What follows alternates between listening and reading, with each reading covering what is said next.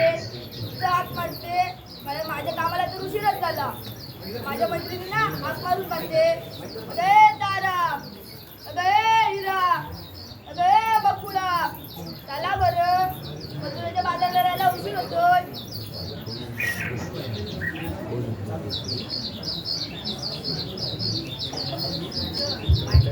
पक्ष्यांची किलबिल सुरू झाली. कोकिळीची मंजूळ गाणी आणि गोठ्यातील गायींच्या वासरांचा अंबरल्याचा आवाज साऱ्या आसमंतांना आवाज घुमू लागला. अशा या सुंदर पहाटेच्या वेळी कोंबड्याने बाग दिली. सारी गोकुळ नगरी जागी झाली. सारी गोकुळ नगरी जागी झाली. सादर होत आहोत गवळ. बस आहे त्या पाडून उघड. कोंबड्याने बांग दिली पहाटेला ग. कोंबड्याने बांग दिली पहाटेला ग. सारा गवळीवाडा जागा झाला. रवी उगवला उरलेला किरणे पडले डोंगराला. रवी उगवला उरलेला किरणे पडले डोंगराला.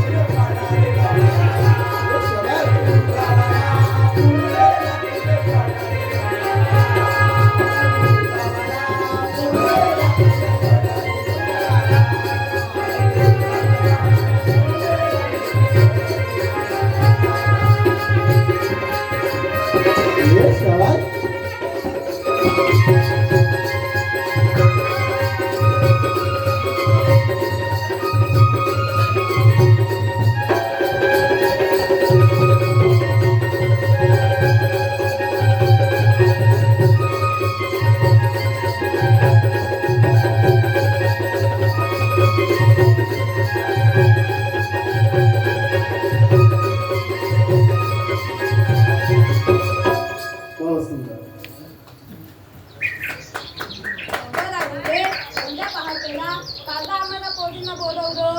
अगं आपल्याला मथुरेच्या बाजारला जायचं आहे. बाजारात जायचं आहे का? पण ते तर ठीक, पण रस्ता कुणाला माहिती आहे? अगं थांब, प्रश्नावर प्रश्न काय विचारतेस? अगं तू विचार कर हळूहळू. सांगते हा. माझ्या शेताची भीमा मावशी आहे ना, ती तर नेहमीच जाते मथुरेच्या बाजारला. अगं तारा, तिला मावशीला हाक मारून बघ. अगं मी तर नाही हाक मारणार. काल पाटावर भांडी घासताना माझी छोटीशी लक्ष्मी कपड्यावर पडली आणि नमस्कार अंगावर. हो का? अगं हिरा, मावशीला हाक मारून बघ, भाग देते का? राधिके मावशीला हाक मारून खाते हा. मॅमे मावशी, मॅमे मावशी, मॅमे मावशी. काय तू मॅमे मॅमे करीत बसली? मी हाक मारून खाते. अगं मावशी, अगं मावशी, मावशी मावशी गं, मावशी हे कानच सुटले.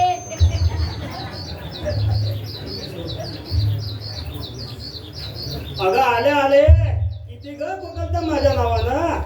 थांबा की जरा.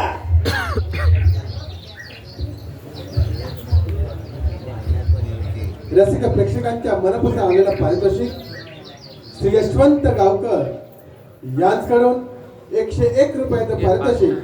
तसेच सुचिता, नम्रता आणि साक्षी तसेच सुलभा सुभाष गोरले या साऱ्या परिवारांकडून 201 रुपयाचं पारितोषिक आलेलं आहे. तसेच गणपत तिसोडिये साहेब यांच्याकडून 101 रुपयाचं पारितोषिक. तसेच उमेश सोडिये यांच्याकडून 101 रुपयाचं पारितोषिक आलेलं आहे. या साऱ्या रसिक, या साऱ्या कलाकारांचं आणि मनस्वी आभारी आहोत. धन्यवाद, धन्यवाद, धन्यवाद. या मावशीचा बघुनी नकला धनी माझा भुलला, धनी माझा भुलला आणि राधिके समजाविते विचारा.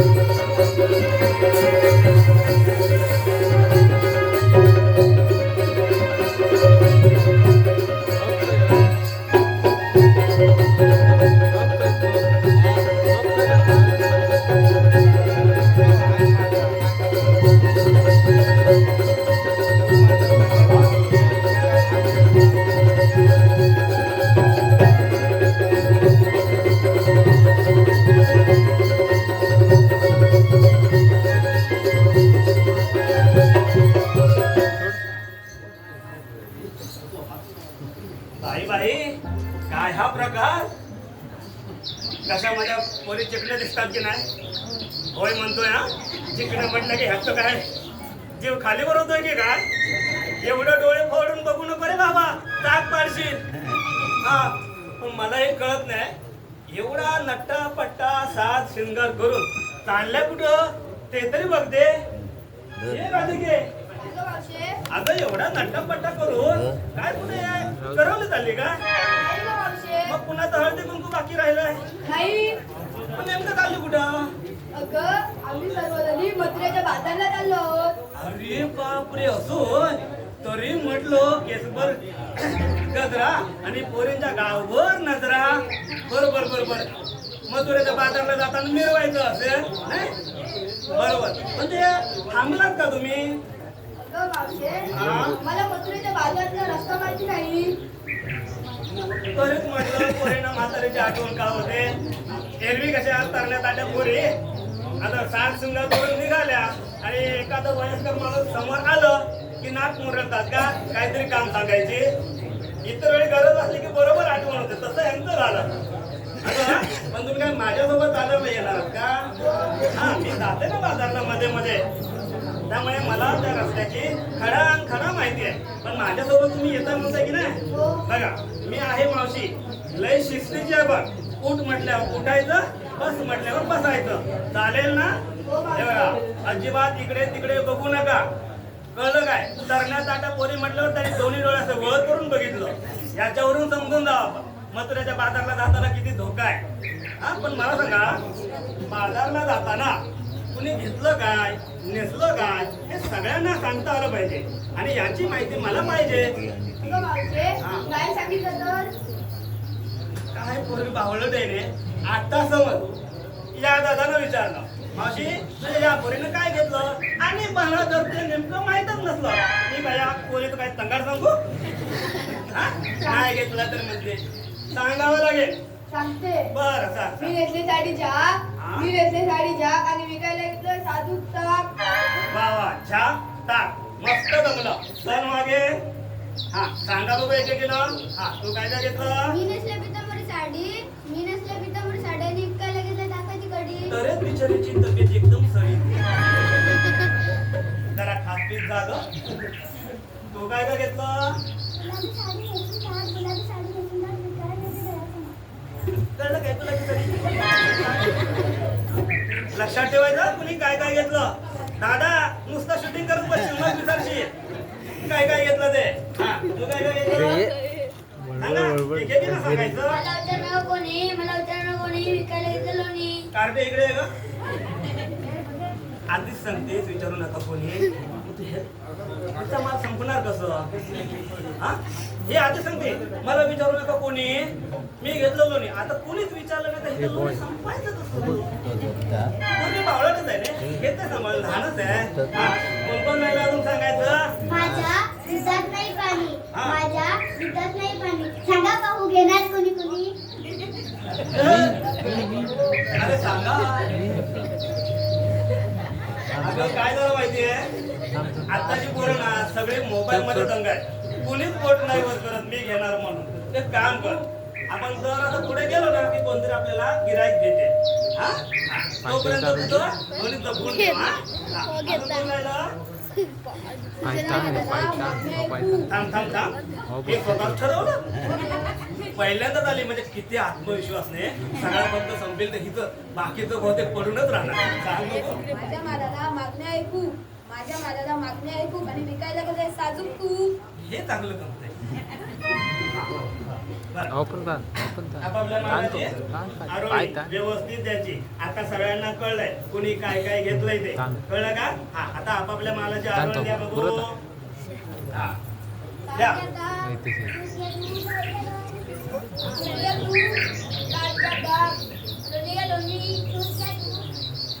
एवढं काय ग? हा थांब. आमचं सर्वांचं विचारलं हा. काय घेतलेस काय घेतलेस ते तरी सांग. तरी म्हटलं तर चिमुरडीमध्ये बोलली नाही कशी. मला वाटलं ह्यांचं विचारलं की पटकन जाईन बाजारला, म्हणजे कसं पुन्हा वर यायच्या आधी पटकन बाजार संपेल आणि घरी येईल. पण चिमुरडी अगदी बरोबर पकडला. सांगायला हवं, खरंच सांगते. बर सांगते. मथुरेच्या बाजारला जाण्यासाठी घातला मी शरारा. आता एवढं बघू नका, हा माझा नऊवारीचा थाट आहे, मराठमोळी संस्कृती आहे. हे न विचारलं म्हणून सांगते.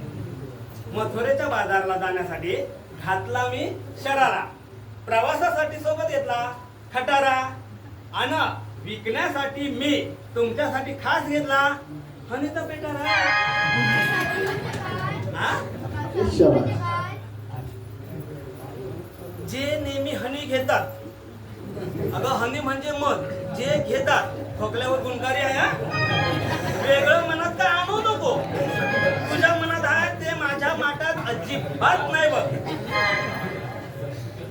अगं वैद्याकडे गेलो की सांगतात की नाही, खोकला बरा होण्यासाठी जरा एक एक थेंब घ्यायचा.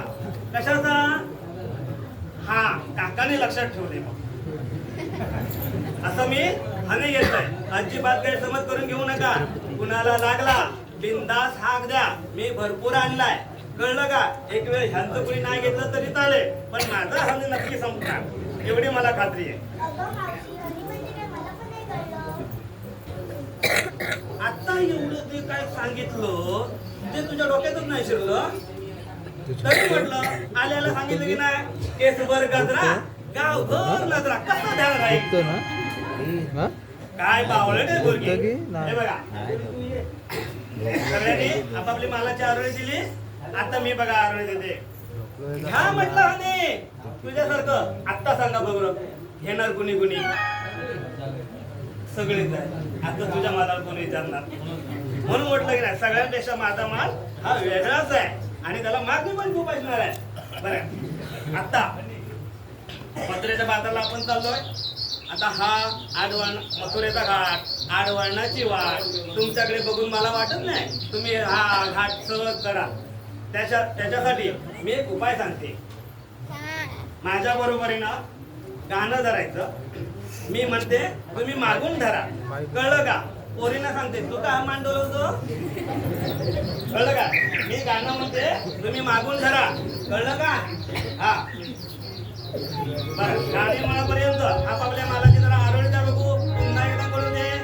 अगं मावशे, हा, तर हळदीचं विचारलं ना, तर हळदी तर 2 प्रकारची असते. माझ्यापेक्षा हिचा अभ्यास जास्त तर एक गावठी आणि एक बाजारी. अरे रे, मला मेलेला कळलंच नाही. खरंच ना? हो. हा हा, चल माग. आता मी गाणं म्हणते, मागून बरोबर धरायचं. आता शंका काढलीस तर तुझ्या माता सकट तुला घरी पोहोचू, कळलं?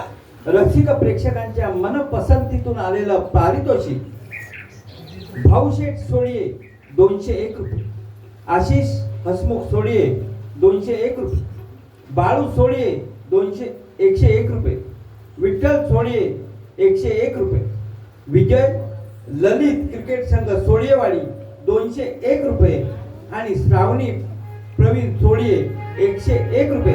ही सर्व पारितोषिक आमच्या तमाशा मंडळासाठी आलेले आहेत आणि विशेष म्हणजे मावशीसाठी आलेली पारितोषिक आहे. दुर्वी वसंत टुकरूल 101 रुपये, यज्ञेश विश्वनाथ सोळिये 101 रुपये, निशांत दशरथ सोळिये 101 रुपये, रत्नदीप गजानन सोळिये 101 रुपये, निवेंद्र यशवंत सोळिये 101 रुपये आणि शुभम कलाकार कमलाकर सोळिये 101 रुपये आणि आत्ताच आलेलं पारितोषिक धोंडू सकाराम सोळिये 101 रुपये. मावशीसाठी सर्व दात्यांचं मनापासून आभार आणि मावशी जोरात आणि रसिक प्रेक्षक कोमार.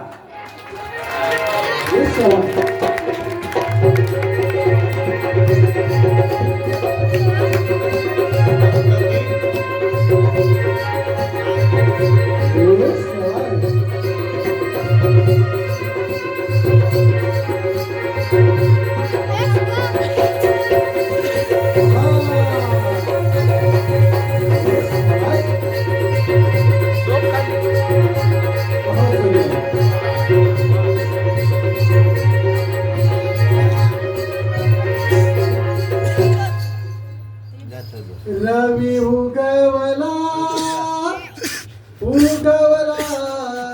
घाटात चला बाजारी जाऊया ताटात चला बाजारी जाऊया ताटात